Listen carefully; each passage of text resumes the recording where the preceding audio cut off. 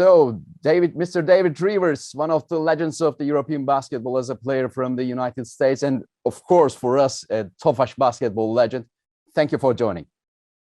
My pleasure. Good to be here with you. Thank you. First of all, I would like to ask what David Rivers is doing these days, because, you know, in 2 years, we or the world have been troubled due to the pandemic and the lockdown. First of all, I want to ask if you are healthy.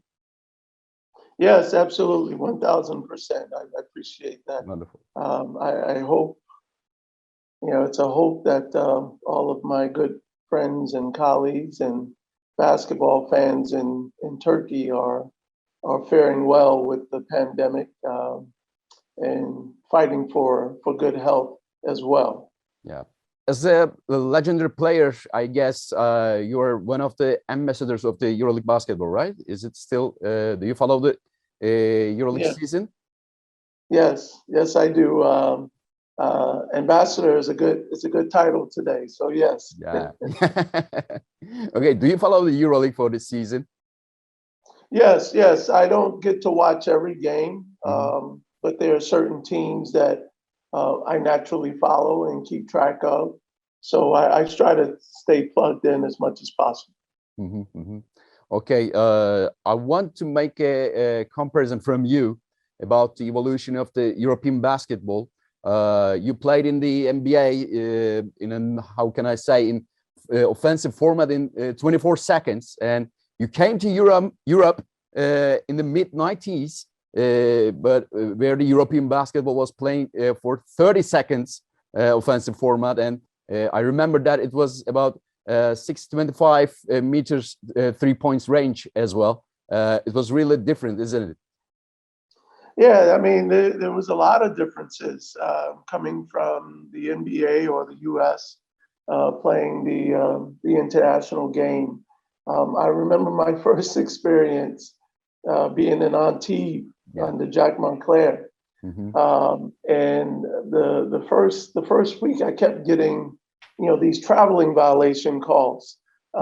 So I had to adapt. That was one of the little things that I had to adapt to as a player. But you know, back then the game was very different in terms of, you know, more technicalities from schemes and having a real solid old traditional structure of positioning. So today is a little bit different. And also I think fans were really different, especially in Greece and in Turkey as well. Yes, the fans were different in every country I played in, as you know, as a player living in the country and as a player traveling into other countries. You know, and good in a different way. You know, the most passionate fans in the US are the college sports fans. They're the most passionate. And so coming to Europe, you know, it was a lot like that, but more intense, a lot more intense. So I enjoyed it, though. It was a great experience. Also, when you were retiring after your last season with Olympiacos, the European basketball changed as well with the 24 seconds and the 4-quarter games. Do you want to say the 22 years or 21 years evolution of the European basketball? How do you see? You know, it's a great question, because, you know, let's talk specifically when, you know, I went from France to Greece, Greece to Italy, Turkey, or somewhere like that. Then Greece, final Greece. Yes. At the end of the day, I love the question, because I get to point to examples of these young guys. In Italy, it was Manu Ginobili that may have asked a question about the NBA. In Turkey, you know, you had Mehmet, you had Turkoglu, you had all these guys. They were young at the time. I was an old geezer on my way out. Uh, but you look at, and to paraphrase, whenever I was asked to compare the U.S. game versus the international game, it was always a question of competition. Can we compete? Can we compete? Mehmet used to ask me all the time, Bubba, can I make it in the NBA? Can I play in the NBA? And I look at him, say, absolutely, sure. So when I look at the progression and I see these players that have asked me the question, can I make it? Can I play in the NBA? And my answer was always a solid, absolutely yes. And now we fast forward. Yeah. Those guys are retired. Yeah. Those young guys that were asking me questions are now retired, having made it in the NBA. And now you see more of the young Europeans and international players being drafted. So when I have to answer the question about the progression, I think it's achieved what I thought it would achieve. And I think the NBA is making adjustments because of that progression. Many years went by where I was telling, USA Basketball, staff and personnel people, hey, these guys are coming. These guys are really, really good. And at the end of the day, the international game has proved that out. Yeah, I have one more question about that. But do you think that NBA also changed because of that progression?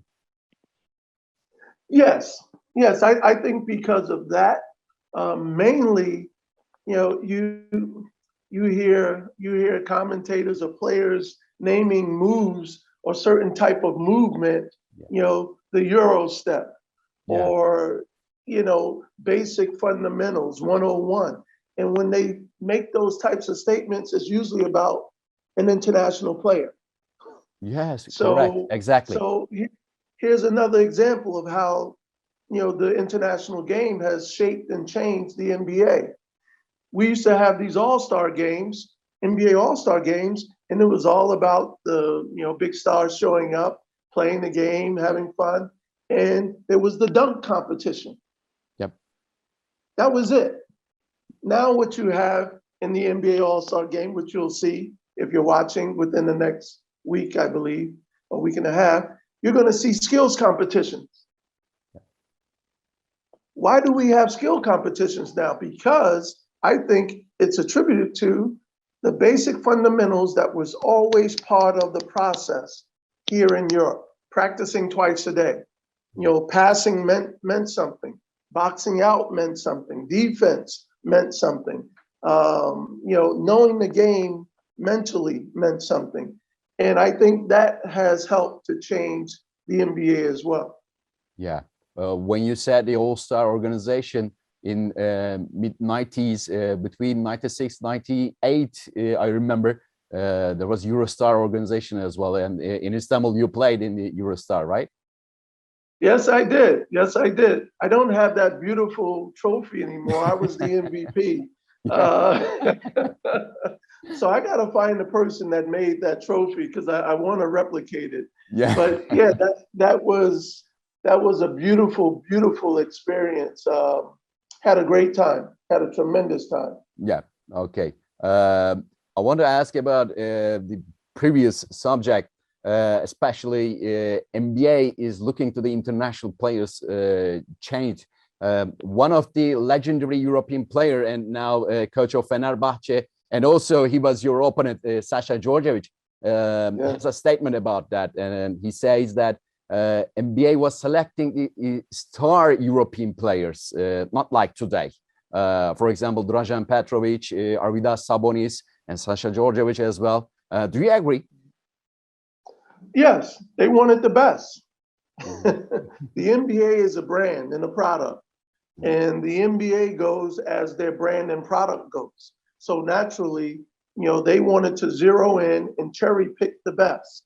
And now that basket of cherries is a lot bigger than it was in years past. No question about it. They they knew that they would outgrow the US market. And what do you do when you want to have an international product? You got to have international bodies, international brands. And so it's not by happenstance that, guys like Drazen, Vlade Divac, Kukoc, all these great players were selected to be the international face of the NBA. The European basketball developed towards the positive way from. No question. No question. I watched it happen.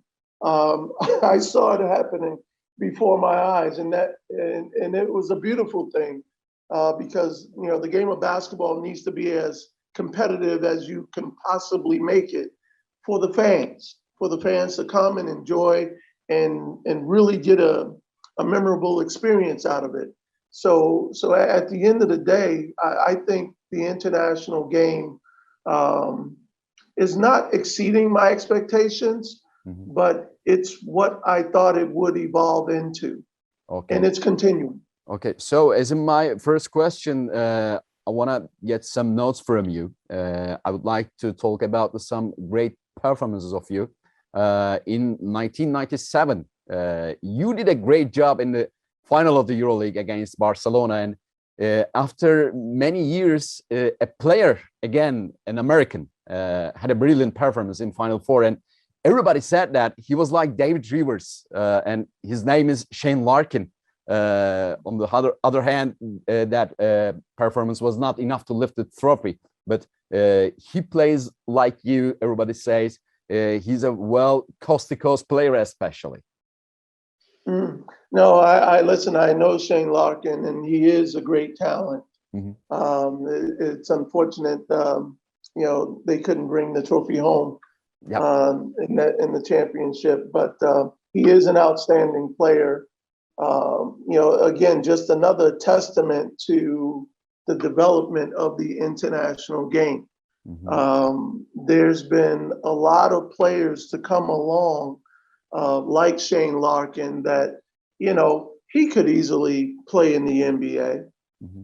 He could easily play in the NBA, but I think the way the international game in certain teams in certain countries, markets have embraced, these players. It's great to see this level of talent, playing international. Okay, let's talk about some memories. You were one of the greatest coast-to-coast player on the floor I have ever seen. And do you remember the fastest one? A lot of people always tell me about the Olympiacos game where, I went the distance in 3 seconds to score a basket.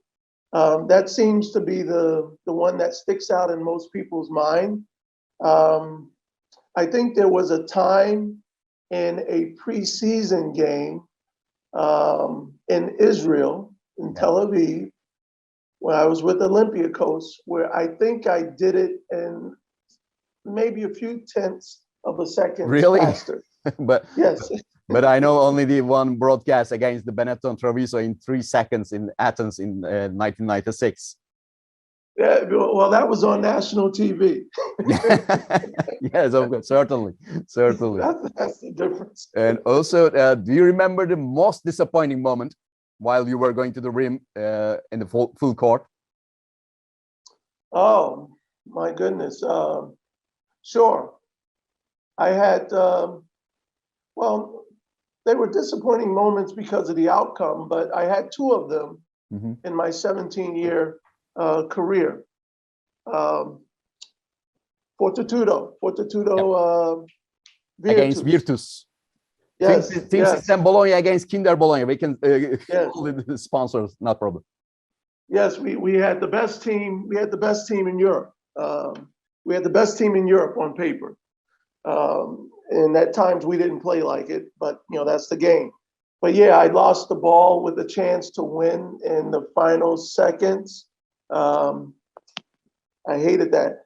The reason why I remember that, there's a game during my college career at Notre Dame. We're playing North Carolina, and we were meant to go to the Final Four. And that same exact situation that happened to me Really? at Team System Fortitudo versus Kinder Bologna, that same exact play happened to me years before in college in the exact same position. The Bologna situation was in 1998 in game 5.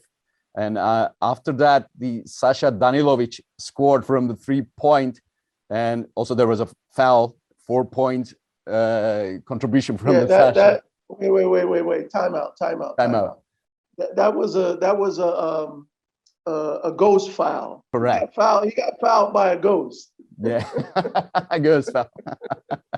You gotta watch the tape on that. But yeah. Anyway. It was an epic final series in Italy. So in the past months, one of the European legendary coach passed away, Mr. Dusan Ivkovic, and your only one European title was under the coaching of him in 1997 in Rome. Would you like to say about him anything? Well, listen, that guy always brings a smile to my face, even as he rests in peace. He was just such a quiet, dominating, absolute power when it came to, his vision. He knew what he wanted. He wouldn't get too animated at times. Just a real silent, strong communicator. And that's how he and I worked. Whenever there was something going on, he would approach me in this kind of a slow motion fashion, and he'd tap me on the shoulder or on the arm, and he would say, "David, I think if we do this or this, we might have a better result." You was I always would listen to him. It was just always so calm but strong and forceful, and I would get what he was saying, and it would just tickle me inside because that was his approach. And years before that, I had Coach Ioannidis, at Olympiacos, and he was complete and total opposite.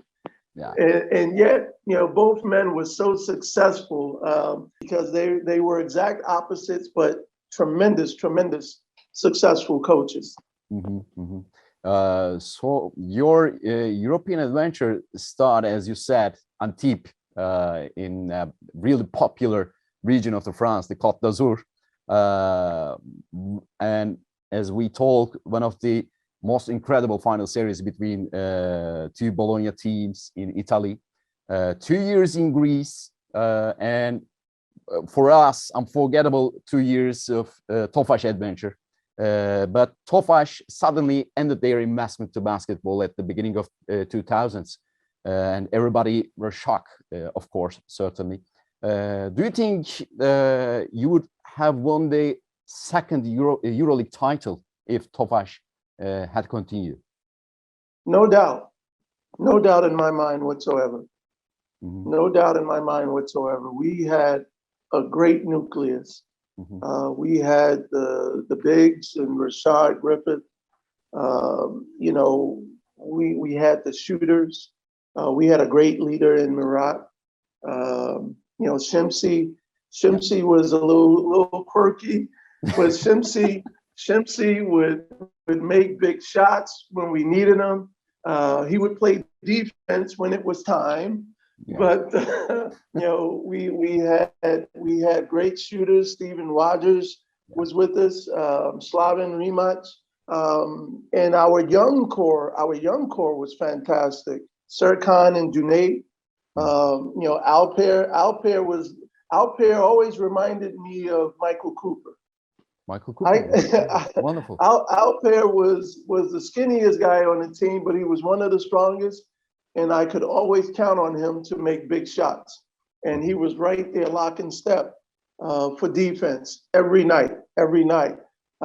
Just tremendous. And Rashard Griffith, he was our anchor. I mean, for me, I learned the game in a very traditional way. And I always believed that it was best to create dominance from the inside and then work outward. And, with Rashard Griffith, I was able to do that in my sleep. He was somebody that you could count on, and he was always going to be a force. Always. Always. Okay. One and the last extra question. When you have started to play in Europe, if you remember, 2 foreign players could play, and in following years that rule expanded, of course. But today, some teams can use 5 American players on the floor. If this expandation or rule was in the 90s, would you please make us a starting 5 who played in the 90s as American in Europe? Oh my goodness, in the 90s, I would not have voted for that rule of having five American players or 5 foreigners on the court. I just think it takes away from the homegrown domestic product. You need to have players that the fans can relate to. So that I believe in that. That's very important, from a product standpoint. Okay. So if that's a tough question. I played with some great ones. Yeah. And I'm not talking US. I'm talking within the international game. Mm-hmm. Think about it. Everywhere I played, I had great centers. Even from Antibes, Willie Redden was a great center in France. Big George Montgomery was a great center in France. Yes. Fasoulis at Olympiacos, Dragan Tolic, great centers. I was blessed. When you look at all the championship titles, you can look at every position, and in that 5 position, I had an absolute guy that I could count on. Okay. So picking 5, I would pick 4 of the centers plus myself.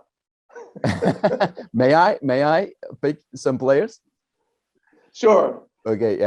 Number 1, you, of course, and second one is Henry Williams. Rest in peace. Ooh, okay. And number 3, Eddie Johnson, one of the former Olympiacos player. And number 4, Dominic Wilkins. I just a little bit confused about number 5, but Rashad Griffith had a great size at that moment, right? And he would be, I guess. Absolutely. David Rivers, thanks for joining us, and thank you for your really special answers. Thank you. Thank you so much for having me. I really appreciate it, and I enjoyed it.